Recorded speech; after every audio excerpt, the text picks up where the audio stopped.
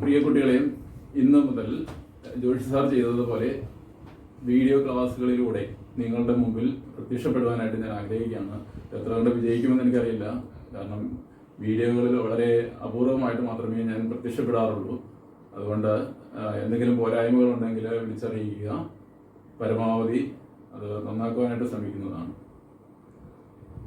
നമ്മൾ +1 limits, continuity, അതുപോലെ differentiability ഒക്കെ അത്യാവശ്യം പഠിച്ചിട്ടുണ്ട്. നമ്മൾ ഈ വർഷം സെക്കൻഡ് ഇയറിൽ +2 ഡിഫറൻസിയേഷന്റെ ബാക്കി ഭാഗമായി ഡെറിവേറ്റീവ്സ് ഓഫ് കോമ്പോസിറ്റ് ഫങ്ഷൻസ് എന്ന ഭാഗമാണ് നമ്മൾ ഇവിടെ ആരംഭിക്കാൻ പോകുന്നത്. Derivatives of composite functions. അപ്പോൾ അതിനു മുമ്പ് എന്താണ് കോമ്പോസിറ്റ് ഫങ്ഷൻസ് എന്ന് നമുക്ക് ഒന്നും കൂടി ഒന്ന് ശ്രദ്ധിക്കാം. ചാപ്റ്റർ 2 നിങ്ങൾക്ക് ഞാൻ നോട്ട് എഴുതി അയച്ചതിനകത്ത് കോമ്പോസിറ്റ് ഫങ്ഷൻസ് ഒക്കെ അയച്ചിട്ടുണ്ടായിരുന്നു. പക്ഷെ അത് അന്നേരം നിങ്ങളോട് പരീക്ഷയ്ക്ക് പഠിക്കണ്ട എന്ന് ഞാൻ പറഞ്ഞിരുന്നു. എങ്കിലും അതൊന്നുകൂടി ഞാൻ പറയാം. നമുക്കിവിടെ അതിന്റെ ആവശ്യമുണ്ട്, അത്യാവശ്യം ഉണ്ട് കോമ്പോസിറ്റ് ഫങ്ഷൻസ്. അപ്പോൾ ആദ്യം ഞാൻ കോമ്പോസിറ്റ് ഫങ്ഷൻസ് എന്താണെന്ന് ഒന്നും കൂടി പെട്ടെന്ന് പറയാം. അത്രയും ഡീറ്റെയിൽ ആയിട്ടല്ലെങ്കിൽ നമുക്ക് ഇവിടെ അത്യാവശ്യത്തിന് ഇവിടെ വേണ്ട കാര്യങ്ങൾ മാത്രം ഒന്ന് പറയാം. ആദ്യം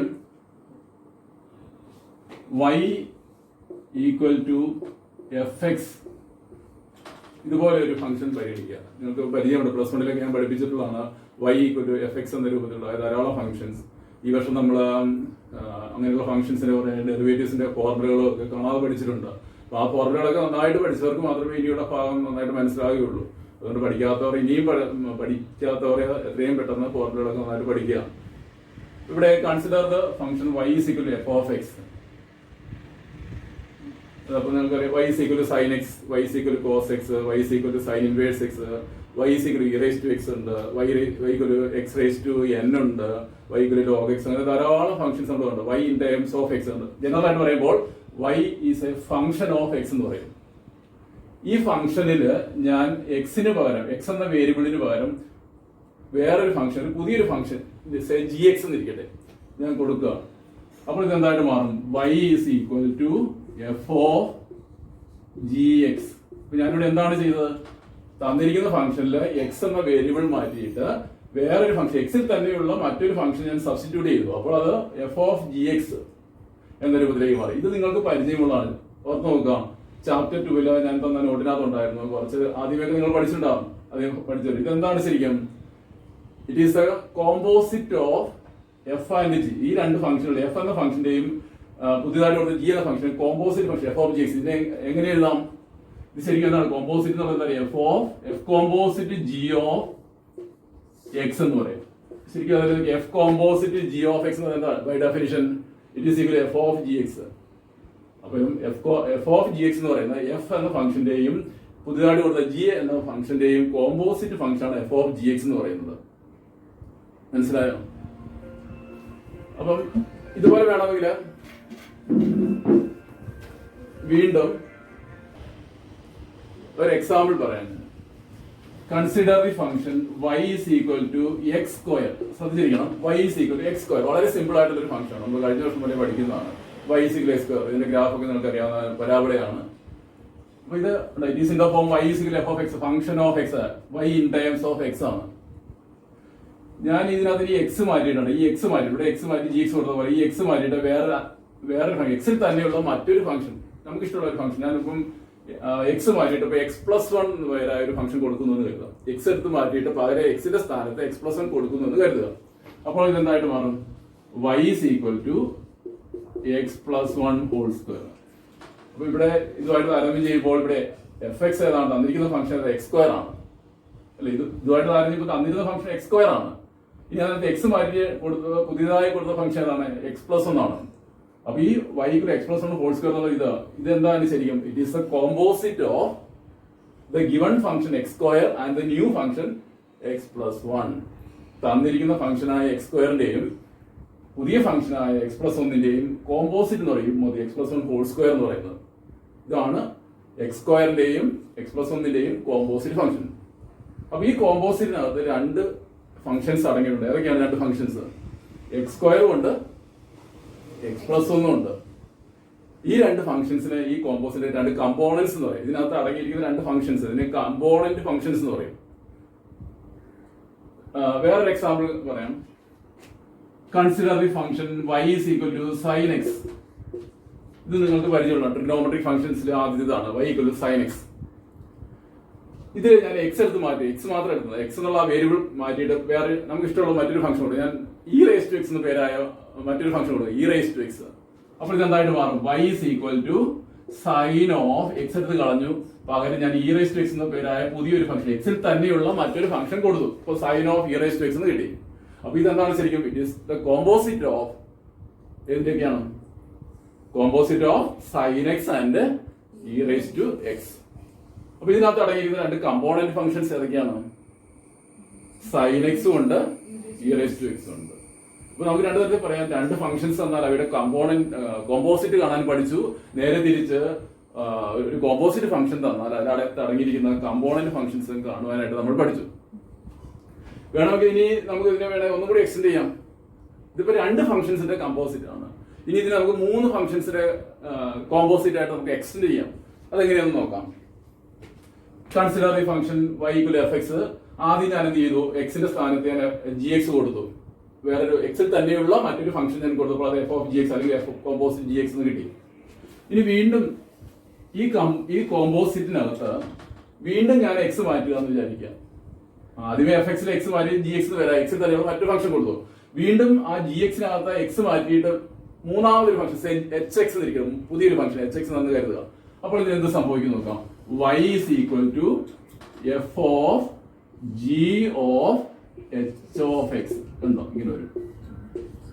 ഇതിനകത്ത് മൂന്ന് ഫംഗ്ഷൻസ് അടങ്ങിയിട്ടുണ്ട്. തന്നിരിക്കുന്ന ഫംഗ്ഷൻ എഫ് എക്സ്, എന്നിട്ട് അതിൽ എക്സ് മാറ്റി ജി എക്സ് കൊടുത്തു, വീണ്ടും എക്സ് മാറ്റി എച്ച് എക്സ് പേരായ മൂന്നാമതൊരു ഫംഗ്ഷൻ കൊടുത്തു. അപ്പൊ നമ്മൾ മൂന്ന് ഫംഗ്ഷൻസിന്റെ ഒരു കോമ്പോസിറ്റ്. ഇതിന് ചുരുക്കി നമുക്ക് ഇതുപോലെ F composite G composite H of X എന്ന് ചുരുക്കി എഴുതാൻ സാധിക്കും. ഇതൊന്നും നമ്മൾ ചാപ്റ്റർ 2 പഠിച്ചില്ല. ചാപ്റ്റർ 2 രണ്ട് ഫംഗ്ഷൻസിന്റെ കോമ്പോസിറ്റ് മാത്രമേ പറഞ്ഞുള്ളൂ. നമുക്ക് ഇവിടെ മൂന്ന് ഫംഗ്ഷൻസിന്റെ വരെ കോമ്പോസിറ്റ് പഠിക്കേണ്ടതായിട്ടുണ്ട്. അപ്പം ഇതാണ് ഉദാഹരണം പറയാം. It is A composite of F G and H, where f, g and h are three functions of x. Example, y is equal to x square തന്നെ ആദ്യം പറഞ്ഞ ഫംഗ്ഷൻ തന്നെ y is equal to x square.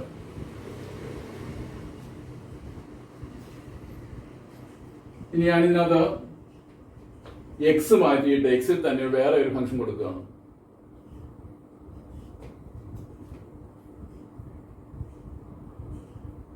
Sign X കൊടുക്കുന്നത് sign X കൊടുക്കുന്നത് for example sign X കൊടുക്കുന്നതല്ലേ, ഇതിനകത്ത് X മാറ്റിയിട്ട് sign X കൊടുക്കുന്നത്.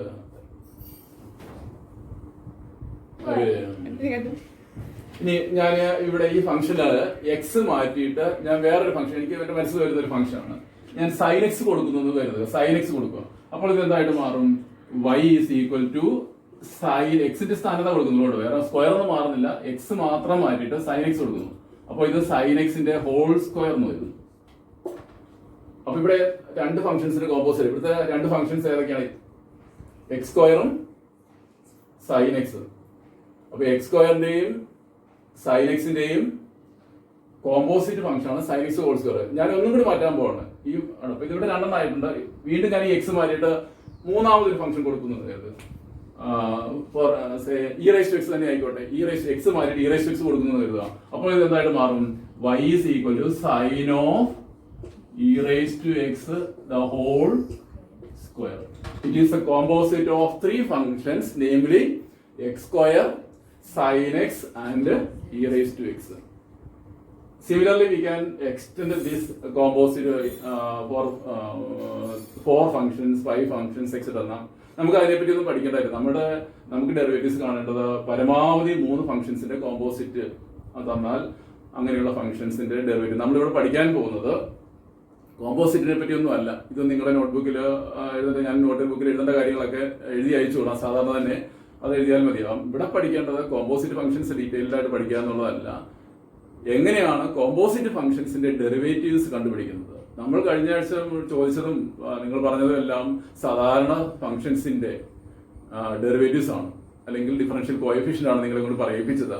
ഇവിടെ നമ്മൾ ചെയ്യാൻ പോകുന്നത് അതല്ല. ഇവിടെ കോമ്പോസിറ്റ് ഫംഗ്ഷൻസ് തന്നാൽ കോമ്പോസിറ്റ് ഫംഗ്ഷൻസിലെ ഡെറിവേറ്റീവ്സ് അല്ലെങ്കിൽ ഡിഫറൻഷ്യൽ കോഎഫിഷ്യന്റ് എങ്ങനെ കണ്ടുപിടിക്കാം എന്നതിനെ പറ്റിയാണ്. മനസ്സിലായി കാണുമെന്ന് കരുതുന്നു. അപ്പൊ അതിനു മുമ്പായിട്ട് ഞാൻ കുറച്ച് ഹോംവർക്കുകൾ നിങ്ങളുടെ എഴുതി അയക്കുന്നുണ്ട്, അത് ചെയ്യുക. ഇത്രയേ ഉള്ളൂ ഉദ്ദേശിക്കുന്നത്. ഞാൻ ഒന്നും കൂടി 2-3 എക്സാമ്പിൾ കൂടി പറയാം. അത് നോക്കിയിട്ട് ഞാൻ ഈ പറയുന്ന എക്സാമ്പിൾ അനുസരിച്ച് തരുന്ന ഹോംവർക്കുകൾ ചെയ്യുക. അത് എനിക്ക് തിരിച്ചയക്കേണ്ട കാര്യമൊന്നുമില്ല, അതൊന്ന് പ്രാക്ടീസ് ആകാൻ വേണ്ടിയിട്ടാണ്. ഹോംവർക്കുകൾ പിന്നെ തിരിച്ചെഴുതി അയക്കേണ്ട കാര്യങ്ങളൊക്കെ ഞാൻ ഇതിന് ശേഷം പറഞ്ഞുകൊള്ളാം. ഇപ്പോൾ തരുന്ന ഹോംവർക്കുകൾ എഴുതി അയക്കേണ്ടതായിട്ടില്ല. അപ്പോൾ ഞാൻ ഇപ്പോൾ പറയുന്ന എക്സാമ്പിൾ എന്റെ കൂടെ നിങ്ങൾ പറയണം. ഞാൻ പറയുന്നതിനൊപ്പം എന്റെ കൂടെ പറയാൻ ശ്രമിക്കുക. അപ്പോൾ ആദ്യം ഞാൻ പറയുന്നത് 2 ഫംഗ്ഷൻസ് തരികയാണ്, വേറെ 2 ഫംഗ്ഷൻസ് തരികയാണ്. അതിന് കോമ്പോസിറ്റ് എന്ന് പറഞ്ഞാൽ മതി. രണ്ടും കൂടി ചേർത്ത്, കോമ്പോസിറ്റ് എന്ന് പറയുന്നത് ഉള്ളൂ, രണ്ടും കൂടി മിക്സ് ചെയ്ത് ഒരെണ്ണം ഉണ്ടാക്കി എടുക്കാന്നുള്ളതാണ്. നമ്മൾ പുതിയ ഫുഡ് ഐറ്റംസ്, പല കമ്പോണന്റുകൾ ചേർത്ത് പുതിയ ഫുഡ് ഐറ്റംസ് ഉണ്ടാക്കുന്നത് പോലെ തന്നെ പല ഫംഗ്ഷൻസ് ചേർത്ത് പുതിയ ഫംഗ്ഷൻസ് ഉണ്ടാക്കി എടുക്കുക. അതിനാണ് ഈ കോമ്പോസിറ്റ് ഫംഗ്ഷൻസ് എന്ന് പറയുക. അത്രയേ ഉള്ളൂ. Consider the function y is equal to sine inverse x. പല കുട്ടികളും സൈൻ റേസ് ടു -1 എന്ന് പറഞ്ഞു കേട്ടിട്ട് അങ്ങനെയല്ല കേട്ടത്. സൈൻ ഇൻവേഴ്സ് തന്നെ വായിക്കണം, സൈൻ റേസ് ടു -1 എന്ന് പറയരുത്. ഇത് ഇൻവേഴ്സ് ട്രിഗണോമെട്രിക് ഫംഗ്ഷൻസിന്റെ ആദ്യ ഫംഗ്ഷനാണ്. ഇതിൽ ഞാൻ എക്സ് മാറ്റിയിട്ട് ലോഗ് എക്സ് കൊടുക്കുന്നു എന്ന് കരുതുക. ലോഗ് എക്സ് അത് നിങ്ങൾക്ക് പരിചയമുള്ള ഫംഗ്ഷൻ, ലോഗരിതം ഫംഗ്ഷനാണ്. ലോഗരിതം ഫംഗ്ഷൻ എന്ന് പറയും. ഞാൻ ഈ എക്സ് എടുത്ത് കളഞ്ഞിട്ട് എക്സ് മാത്രമേ മാറ്റുന്നുള്ളൂ, ലോഗ് എക്സ് പേരായ പുതിയൊരു ഫംഗ്ഷൻ കൊടുക്കുന്നു. അപ്പോൾ എന്തായിട്ട് മാറും? y is equal to sine inverse of log x എന്ന് കിട്ടും. പുതിയൊരു ഫംഗ്ഷൻ കിട്ടി. ഇതൊരു കോമ്പോസിറ്റ് ഫംഗ്ഷൻ ആണ്. ഇതിലെ 2 കമ്പോണന്റ് ഫംഗ്ഷൻസ് ഏതൊക്കെയാണ് നിങ്ങളൊന്ന് പറയാൻ ശ്രമിക്കുക. പറയാം. It is the composite of sign inverse X and log X. നേരെ തിരിച്ച് ഈ കോമ്പോസിറ്റ് തന്നാൽ ഇതിലെ 2 കമ്പോണന്റ്സ് എന്ന് പറയാൻ ശ്രമിക്കുക. which are the 2 components of this function, sin inverse x and log x. These are the components. ഇത് മൊത്തമായിട്ട് പറയാൻ ഇത് കോമ്പോസിറ്റ് ഫംഗ്ഷൻസ്. ഇനി ഞാൻ ഇതിനകത്ത് വീണ്ടും ഒരു ഫംഗ്ഷൻ കൂടി ആഡ് ചെയ്യാൻ പോവാണ്. ഈ പ്രോഡക്റ്റിനകത്ത്, ഈ കോമ്പോസിറ്റിനകത്ത് വേറെ 3ാമതൊരു ഫംഗ്ഷൻ കൂടി. ഇപ്പൊ വീണ്ടും ഞാൻ എക്സ് മാറ്റിയാണ്. ആദ്യമേ സൈൻ ഇൻവേഴ്സ് എക്സിലെ എക്സ് മാറ്റി ലോഗ് എക്സ് കൊടുത്തു. വീണ്ടും ഞാൻ ഈ എക്സ് മാറ്റിയിട്ട് 3ാമതൊരു ഫംഗ്ഷൻ എച്ച് എക്സ് എന്നാണ് ഞാൻ ആദ്യം പറഞ്ഞത്. അപ്പൊ ഇവിടെ എക്സ് മാറ്റിയാണ് ഇ റേസ് ടു എക്സ് വേണ്ട, നമ്മൾ നേരത്തെ പറഞ്ഞതാണ്.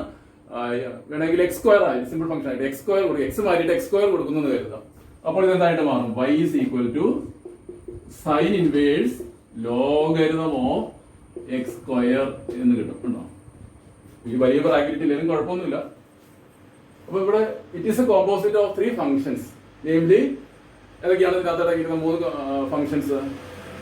സൈൻ ഇൻവേഴ്സ് എക്സ് ഉണ്ട്, ലോഗ് എക്സ് ഉണ്ട്, എക്സ് സ്ക്വയർ ഉണ്ട്. It is A combo. നേരെ തിരിച്ചു പറയുമ്പോൾ ഈ കോമ്പോസിറ്റ് തന്നിട്ട് നിങ്ങളോട് ചോദിക്കുകയാണ് ഇതിനകത്ത് അടങ്ങുന്ന 3 കമ്പോണൻസ്. അങ്ങനെ പരീക്ഷയ്ക്ക് വരില്ല, ഞാൻ അങ്ങനെ ചോദിക്കുന്നത് ഇതിനകത്ത് ഹോംവർക്കുകൾ ഉണ്ട്.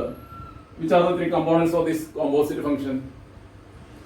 Sign inverse X, log X and X square ആണ് ഞാൻ നേരത്തെ പറഞ്ഞത്.